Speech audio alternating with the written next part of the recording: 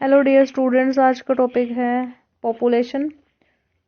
Population का मतलब होता है टोटल नंबर ऑफ इंडिविजुअल जो कि एक पर्टिकुलर एरिया पे रह रहे होते हैं।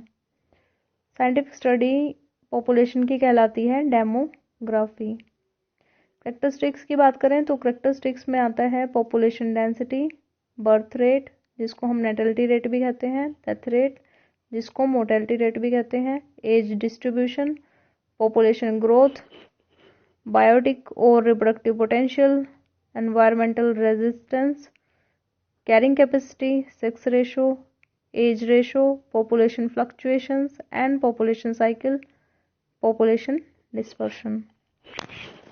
सबसे पहले पॉपुलेशन डेंसिटी का मतलब होता है number of individual of a species per unit area या फिर पर यूनिट वॉल्यूम।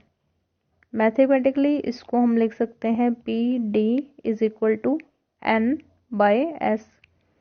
एन का मतलब होता है number of individual in a region और एस का मतलब होता है number of unit areas. Parameters यहाँ पे यूज होते हैं number and kind of individuals of a species. दूसरा होता है एक गिवन स्पेस। तीसरा पैरामीटर है यहाँ पे टाइम। बर्थ रेट या फिर नेटलिटी रेट की बात करें तो बर्थ रेट का मतलब होता है नंबर ऑफ बर्थ्स पर 1000 इंडिविजुअल एक पॉपुलेशन में, और वो भी पर ईयर।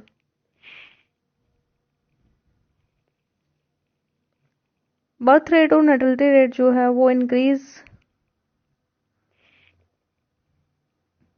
करता है पॉपुलेशन साइज को और पॉपुलेशन डेंसिटी को।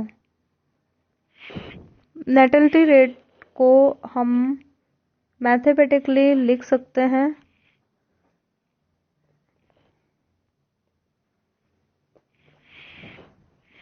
Delta N by delta T.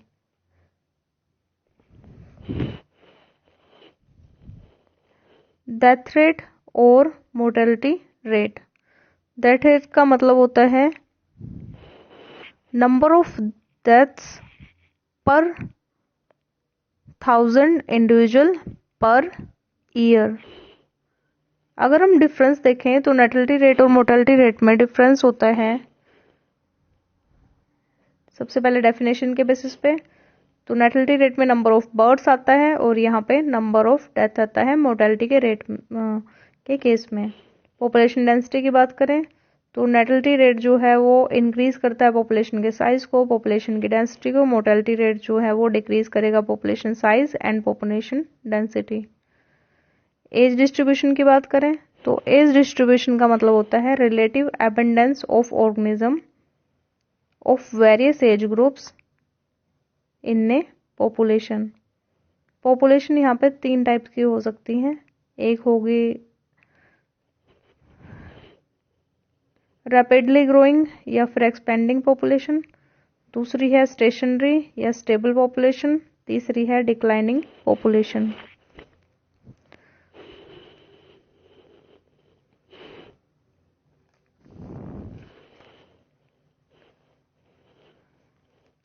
Rapidly growing और एक्सपेंडिंग पॉपुलेशन की बात करें तो रैपिडली ग्रोइंग पॉपुलेशन में बर्थ रेट हाई होता है और डेथ रेट लो होता है। मीन्स यहाँ पे जो यंग इंडिविजुअल हैं उनका नंबर ज़्यादा होगा। उसके बाद अगर हम स्टेशनरी या स्टेबल पॉपुलेशन की बात करें तो स्टेशनरी और स्टेबल पॉपुलेशन में जो बर्थ रेट और जो डेथ रेट हैं वो इक्वल होते हैं। तो इस वजह से यहाँ पे स्टेशनरी और स्टेबल पॉपुलेशन में जो ग्रोथ है वो क्या होगी, 0 होती है। उसके बाद है डिक्लाइनिंग पॉपुलेशन। डिक्लाइनिंग पॉपुलेशन में डेथ रेट हाई होता है, जिससे क्या होता है कि जो यंग मेंबर्स हैं पॉपुलेशन के उनका नंबर लो हो जाता है। उसके बाद है एज पिरामिड्स। एज पिरामिड्स जो है एक model representing geometrically the portion of different groups in the population.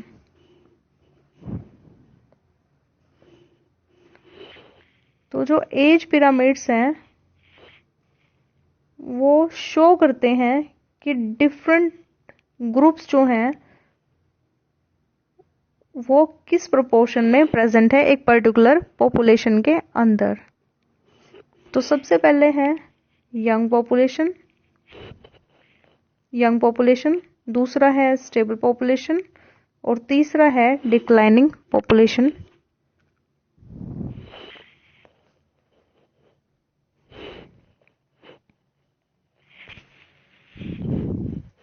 Young population के अंदर जो प्री रिप्रोडक्टिव पोर्शन है वो क्या होता है, ज्यादा होता है। और स्टेबल पॉपुलेशन के केस में क्या होगा, जो प्री रिप्रोडक्टिव और जो रिप्रोडक्टिव है ये दोनों क्या होंगे, ऑलमोस्ट इक्वल होंगे। और डिक्लाइनिंग पॉपुलेशन के केस में जो प्री रिप्रोडक्टिव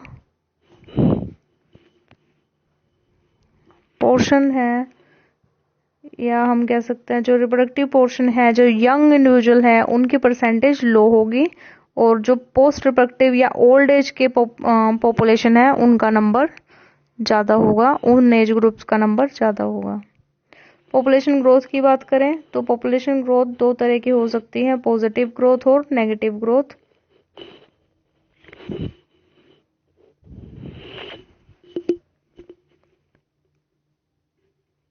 पॉजिटिव ग्रोथ का मतलब होता है कि अगर इंडिविजुअल का नंबर जो है वो ऐड हो जाए एक पर्टिकुलर पॉपुलेशन के अंदर तो उसको हम कहते हैं पॉजिटिव ग्रोथ। नेगेटिव ग्रोथ का मतलब होता है कि एक पर्टिकुलर पॉपुलेशन से अगर काफ़ी सारे इंडिविजुअल जो हैं वो चले जाएं या उनकी डेथ हो जाए तो उसको हम कहते हैं नेगेटिव ग्रोथ। और जीरो ग्रोथ एक पॉपुलेशन में कहलाती है डेमोग्राफिक ट्रांजिशन।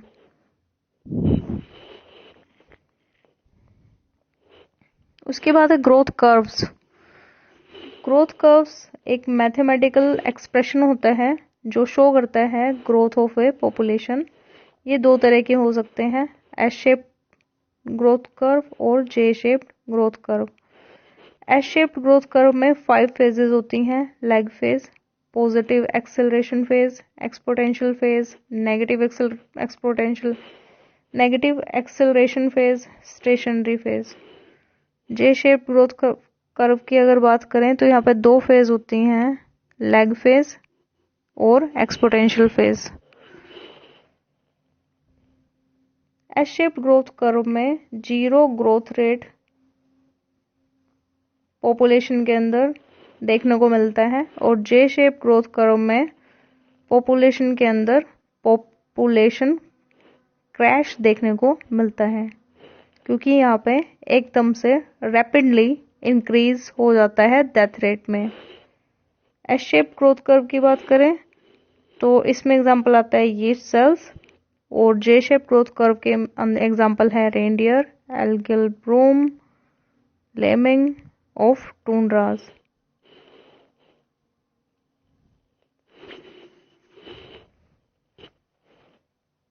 जैसे कि आप यहाँ पर डायग्राम में देख पा रहे हैं कि एस शेप ग्रोथ कर्व में तो 5 फेजेस प्रेजेंट हैं और जे शेप ग्रोथ कर्व में 2 फेजेस प्रेजेंट है, lag phase, exponential phase.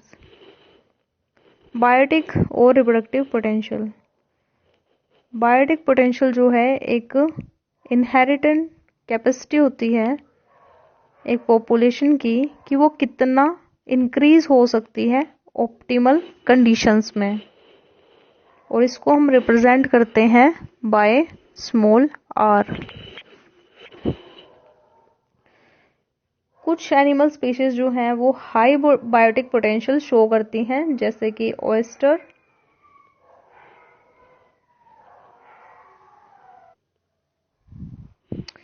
Population increase अगर होता है अंडर आइडियल कंडीशन तो उसको हम कहते हैं intrinsic rate of natural growth, जिसको हम आर मैक्स भी बोलते हैं। एनवायरमेंटल रेजिस्टेंस की बात करें तो ये टोटल सम होता है ऑल इनहिबिटरी फैक्टर्स का, जिसको हम कहते हैं बायोटिक फैक्टर और एबायोटिक फैक्टर। कैरिंग कैपेसिटी की बात करें तो कैरिंग कैपेसिटी वो कैपेसिटी होती है एक पर्टिकुलर एनवायरनमेंट की कि वो एक पर्टिकुलर पॉपुलेशन के कितने इंडिविजुअल्स को सपोर्ट कर सकता है। इसको हम रिप्रेजेंट करते हैं कैपिटल के से। और अगर कैरिंग कैपेसिटी किसी चीज की जो है उससे ज्यादा लेवल तक हम लेके जाएं इंडिविजुअल्स के नंबर को, तो क्या होता है कैरिंग कैपेसिटी की लिमिट क्रॉस होने के बाद किसी भी तरह का कोई मेजर इंक्रीज जो है वो नहीं होता है पॉपुलेशन ग्रोथ में। उसके बाद है सेक्स रेशो। सेक्स रेशो में आता है नंबर ऑफ इंडिविजुअल पर 1000 male in a population. Age ratio की बात करें तो एज रेशो में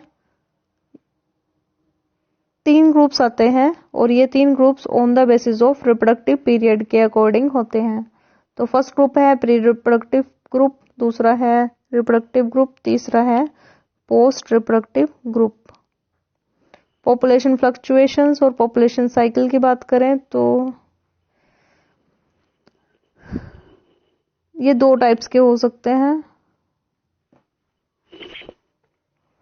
सबसे पहले हम बात करते हैं पॉपुलेशन फ्लक्चुएशंस की।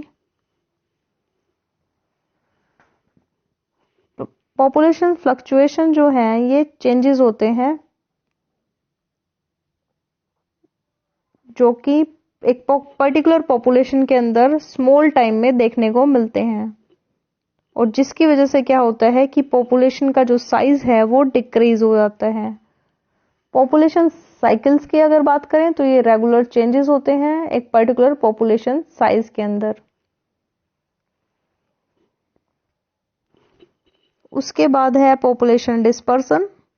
पॉपुलेशन डिस्पर्सन का मतलब है एक पैटर्न कि किस पैटर्न में इंडिविजुअल जो है वो एग्जिस्ट करते हैं एक पर्टिकुलर पॉपुलेशन के अंदर। इंडिविजुअल का पैटर्न जो है वो पॉपुलेशन डिस्पर्शन फॉर्म करता है। 3 तरह के बेसिक पैटर्न होते हैं। रेगुलर डिस्पर्शन जिसमें इंडिविजुअल जो है इक्वल डिस्टेंसेस पे प्रेजेंट होते हैं। दूसरा है रैंडम डिस्पर्सन जिसमें एक इंडिविजुअल जो है वो दूसरे इंडिविजुअल के कंपैरिजन में अनरिलेटेड पोजीशन जो है वो फॉलो करता है और ये रेयरली नेचर के अंदर प्रेजेंट होते हैं। उसके बाद है क्लम्प डिस्पर्सन।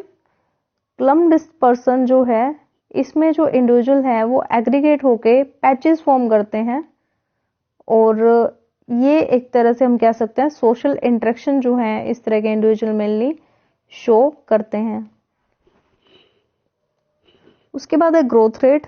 ग्रोथ रेट का मतलब होता है percentage of increase in population size per year. इसको हम एनुअल ग्रोथ भी बोलते हैं। तो ये है फॉर्मूले के अंदर जो P1 है उसको हम पॉपुलेशन साइज बोलते हैं ऑफ प्रीवियस सेंसस। P2 जिसको हम बोलते हैं population size of present census और N होता है नंबर ऑफ ईयर्स।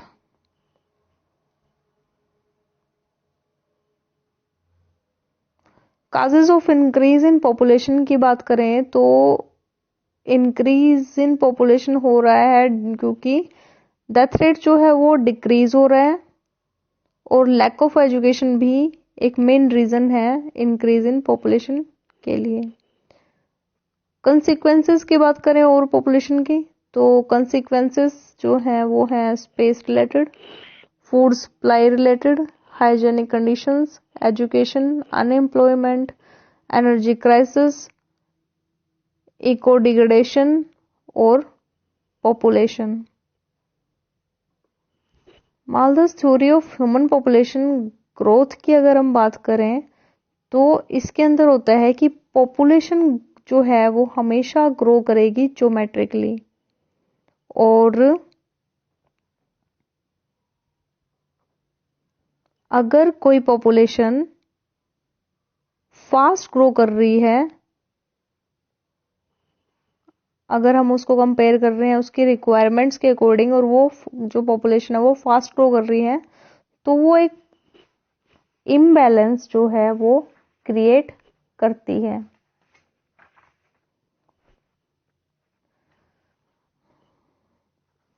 मेथड्स जो हैं पॉपुलेशन को कंट्रोल करने के, वो हैं education, age of marriage, family planning methods. Birth control measures की बात करें तो मैकेनिकल मेथड्स में आते हैं condoms, intrauterine devices, cervical caps. Chemical methods हो सकते हैं जिसमें इंक्लूड है spermicidal tablets, physiological devices, chemical contraceptives. Surgical methods में आ जाएंगे male sterilization, female sterilization, abortion. Natural methods में आते हैं abstain, coitus interruptus, rhythm period. उसके बाद है एमनियोसेंटेसिस।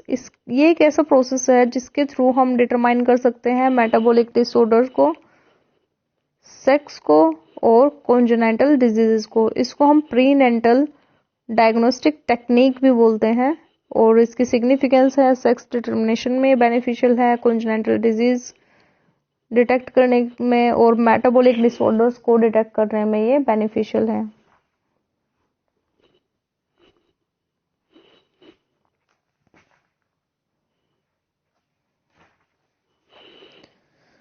टेस्ट ट्यूब बेबीज में मेनली इंक्लूड है, ये एक टेक्निक है जिसमें क्या होगा कि जो फर्टिलाइजेशन है वो इन विट्रो होती है, और जो डेवलपमेंट है एम्ब्रियो की वो होती है in the uterus of normal female. Significance है कि एक तो जो इनफर्टाइल फीमेल्स हैं उनके लिए एक वरदान की तरह काम करता है टेस्ट ट्यूब बेबी टेक्निक। दूसरा, ये यूजफुल है उन मेल्स के केस में जिनके अंदर ओलिगोस्पर्मिया मीन्स जो स्पर्म्स हैं उनका काउंट कम होता है, और जो ओल्ड सुपीरियर काउज हैं वो भी अपने ओसाइट्स को डोनेट कर पाती हैं, और एम्ब्रियो जो है उसको हम फ्रोजन फॉर्म में 10 साल तक जो है फ्यूचर यूज के लिए रख सकते हैं। आज के लिए इतना ही, थैंक यू।